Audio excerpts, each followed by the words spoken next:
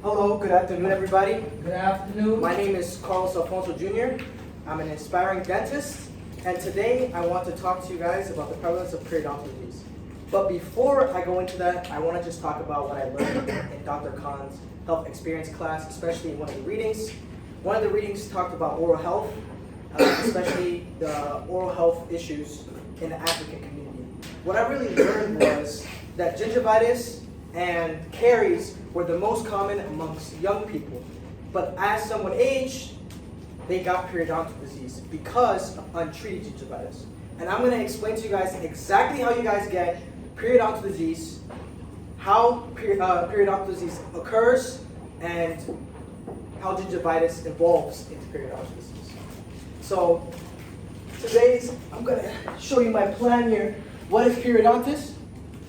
I'm going to talk about genetic disparities, genes that cause you to get periodontitis, diagnosis, how we can diagnose periodontal disease, treatment, what methods we can use to treat and prevent periodontitis, and programs.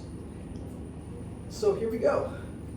First, before I start off, I want to introduce you guys to Dr. Ilo Adibe.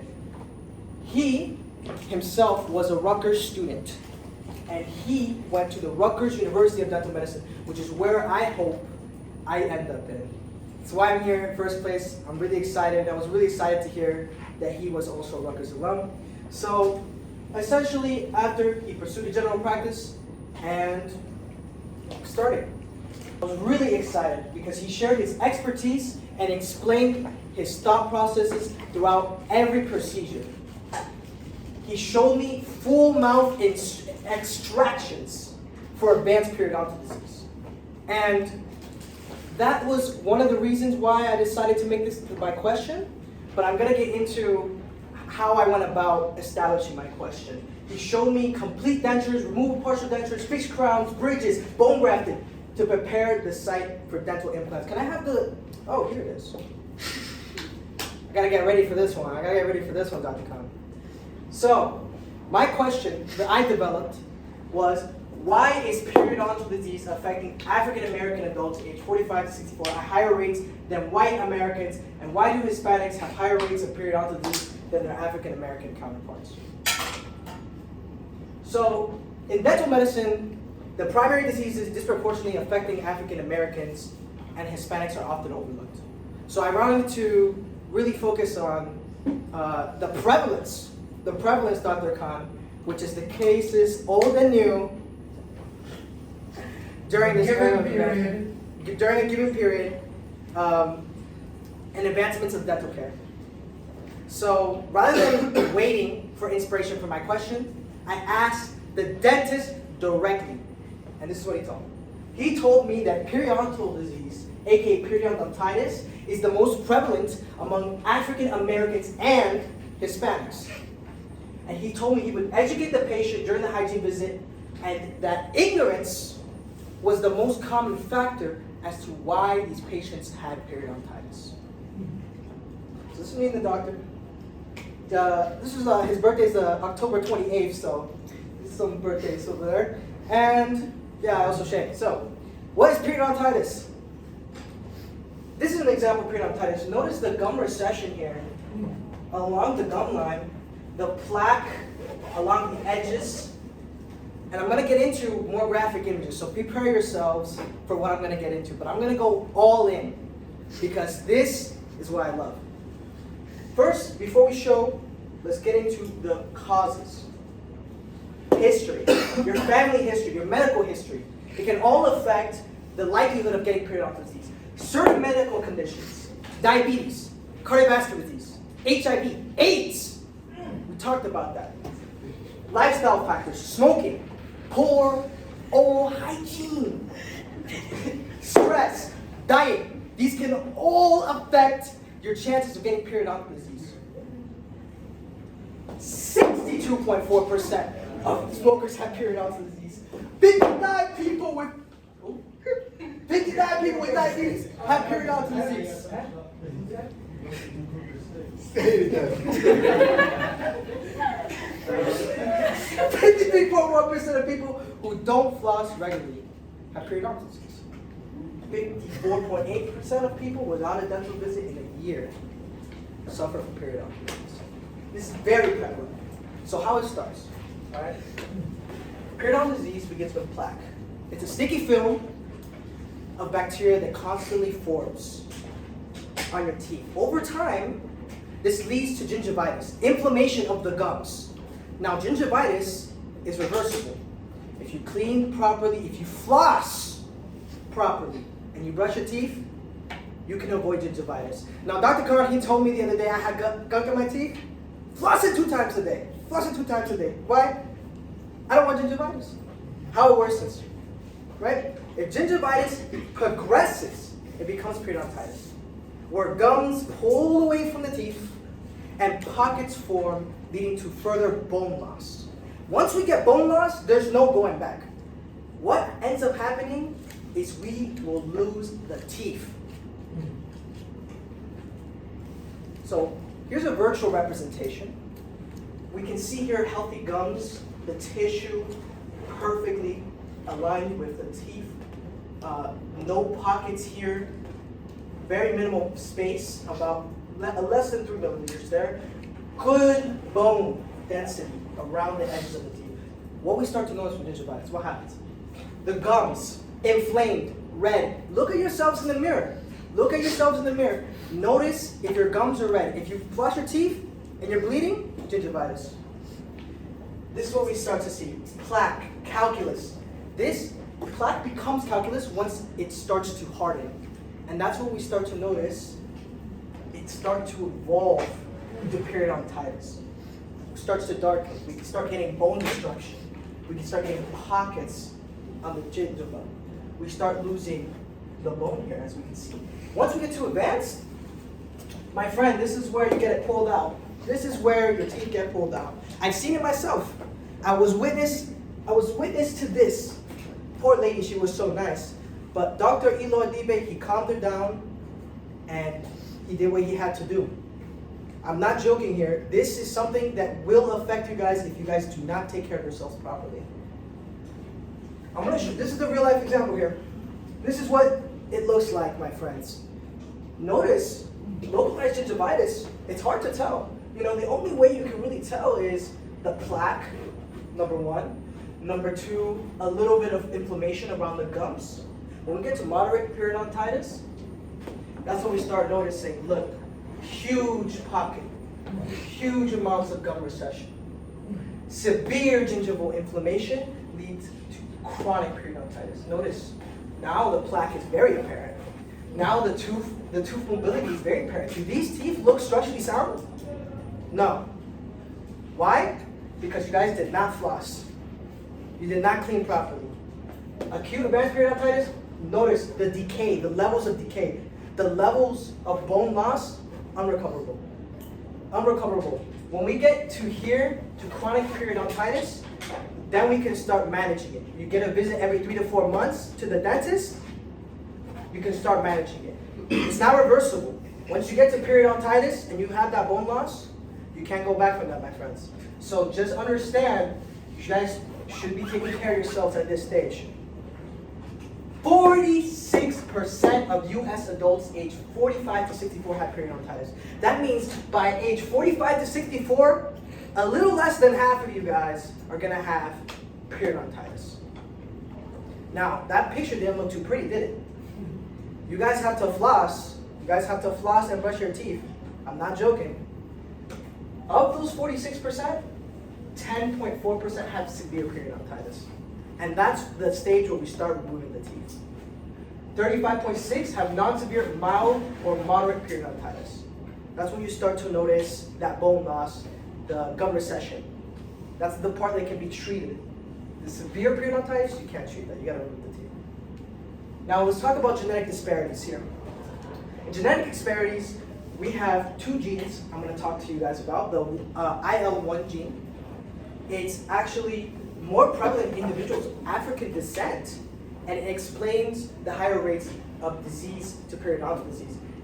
The response of the inflammatory system, the cytokines, actually secreted by the immune system, cause inflammation.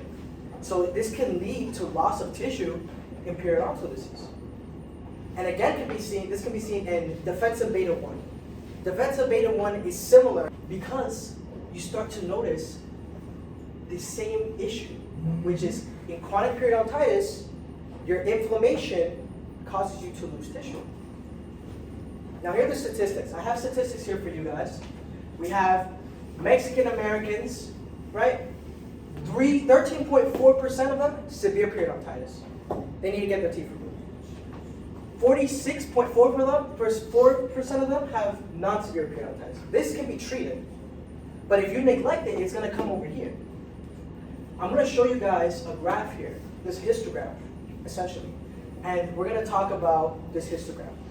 We notice here that severe periodontitis is prevalent around Mexican Americans and non-Hispanic blacks, but other Hispanics also have it. So if we were to combine these two groups, it'd be huge, the amount of severe periodontitis.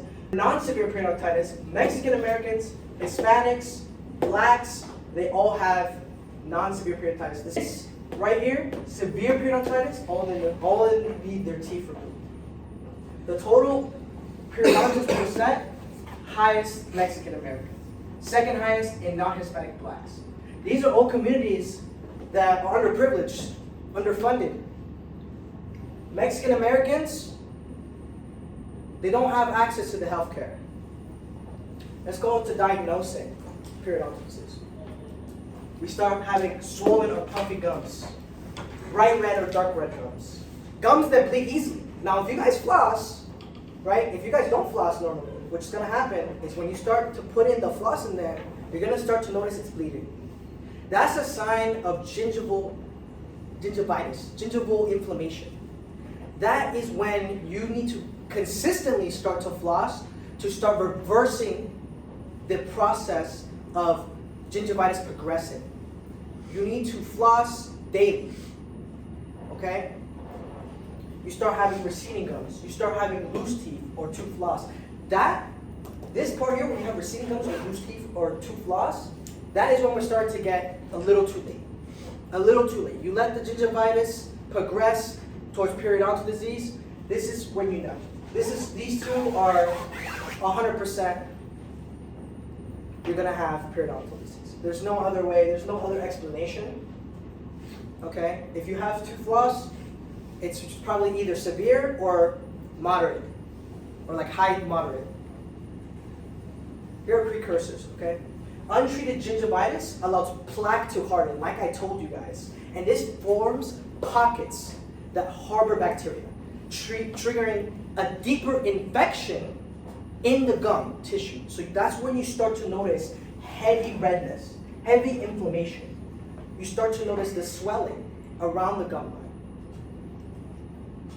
So how do we diagnose it, right? How are we sure that it's not just gingivitis, that it transformed into periodontitis? How are we so sure? Well, we can actually do clinical examinations. We can do x-rays.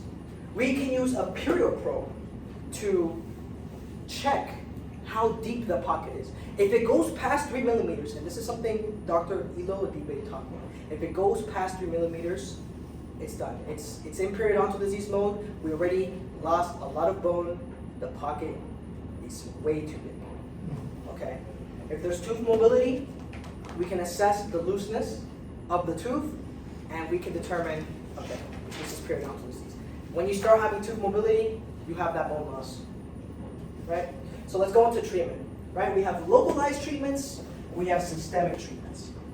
So localized treatments, we apply it directly to the gums. We apply it directly to the gums to kind of, as an antiseptic. We're gonna go into antiseptics, we're gonna go into a lot of things that we can put directly to the gums in the mouth to treat periodontitis. Then we're gonna have oral medications. And periodontal disease is for life. It's irreversible, and with proper treatment and planning, we can mitigate the effects of periodontal disease. We can take treatments and meet the dentist every 3 to 4 months. This is actually a quote from my father. My father wanted me to put this in here. He said this himself. He wanted me to let you all know that this is what we need to do once we reach periodontal disease. Every 3 to 4 months, you have to do a visit to the dentist, because it already reached the point of bone loss. We want to avoid it progressing further. So we need to do this every 3 to 4 months. Now there's topical antibiotics, right? Minocycline, Arrestin, deoxycycline gel, chlorhexidine, Peridex, Purigard. My father wanted me to let y'all know that Peridex and Purigard is an antiseptic. However, they use a small concentration of 0.12% in order to avoid staining of the teeth. Okay? It's very important. You guys can't just use this. I recommend just use Listerine. Floss your teeth, you'll be good.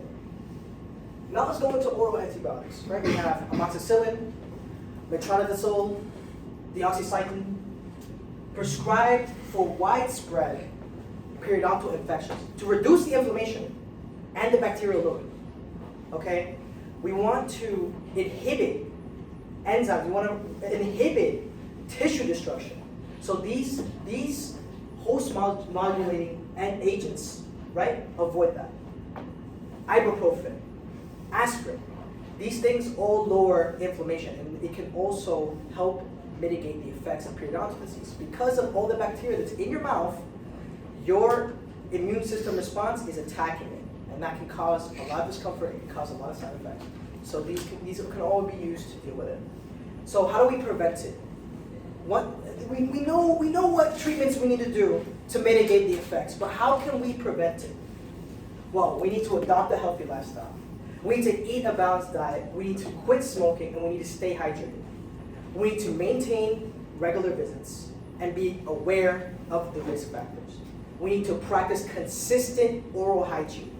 Brush twice a day and floss daily. Okay? What to do, what not to do. We don't want to neglect oral hygiene. We don't want to use harsh or abrasive products because it can make the situation worse. Your teeth are already moving. Mm-hmm. You don't want to use harsh products. You don't want to delay treatment. You don't want to smoke. Once you get to periodontal disease, you don't want to smoke. It's going to make it so much worse.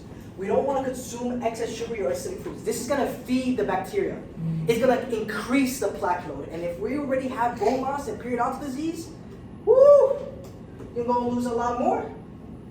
Self-medicate or ignore professional advice. Don't do that. Don't do that. This is a doctor, right? So we all want to help y'all. You want to maintain oral hygiene. Like I said, you want to visit your dentist regularly. 6 months, you should be getting a clean. Every 6 months, you should be getting a cleaning. And you should use recommended oral care products. Follow treatment plans, adopt a healthy lifestyle, and you want to monitor for the warning signs. I already gave you all. You see those bleeding gums? That's when you want to be using your brains and using the tools at your disposal to prevent it becoming this way. You guys saw what it all looks like. So now let's get into the programs, right? There's a program called Dental Lifeline Network in New Jersey. That's a nonprofit.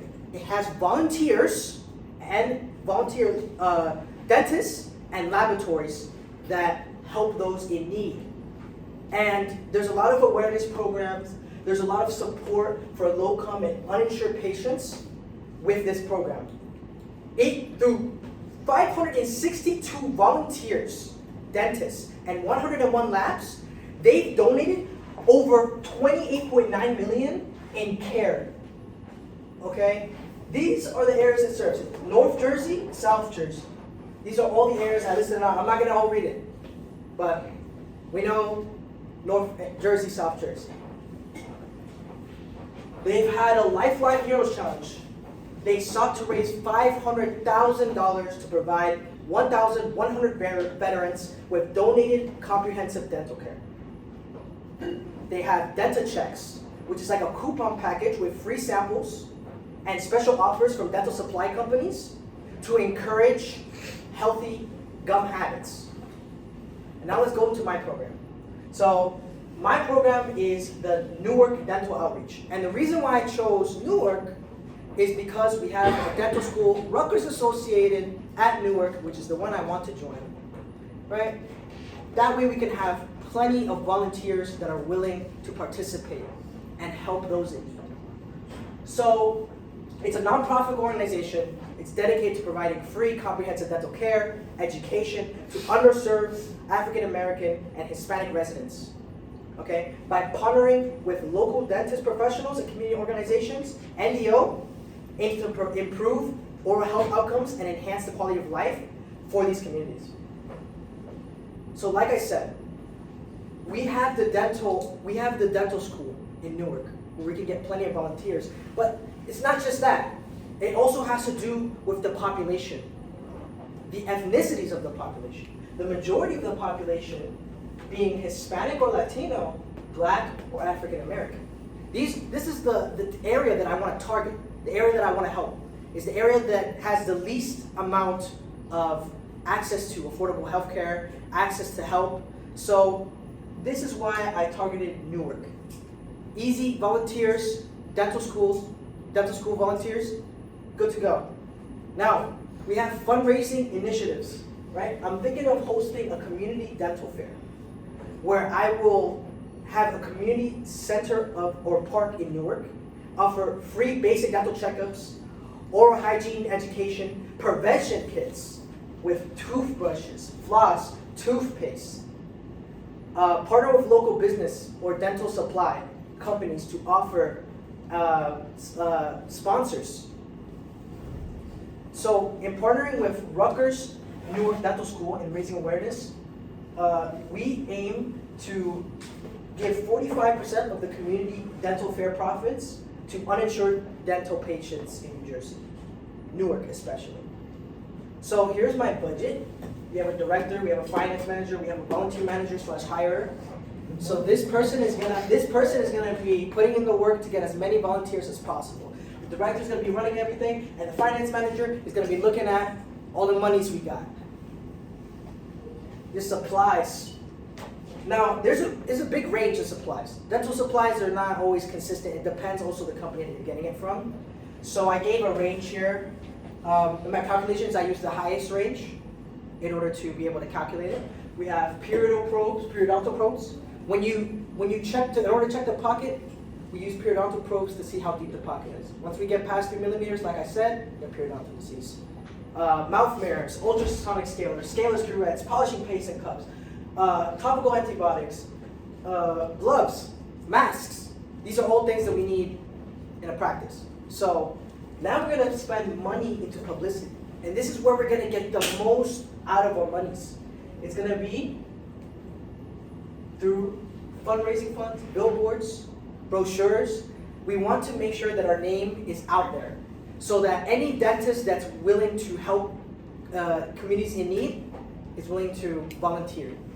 This is why we're gonna spend $116,800 into publicity alone. This is our government grant, right? We're aiming for this government grant from CDC. Now grants, they're not always granted, right? You're not always given it.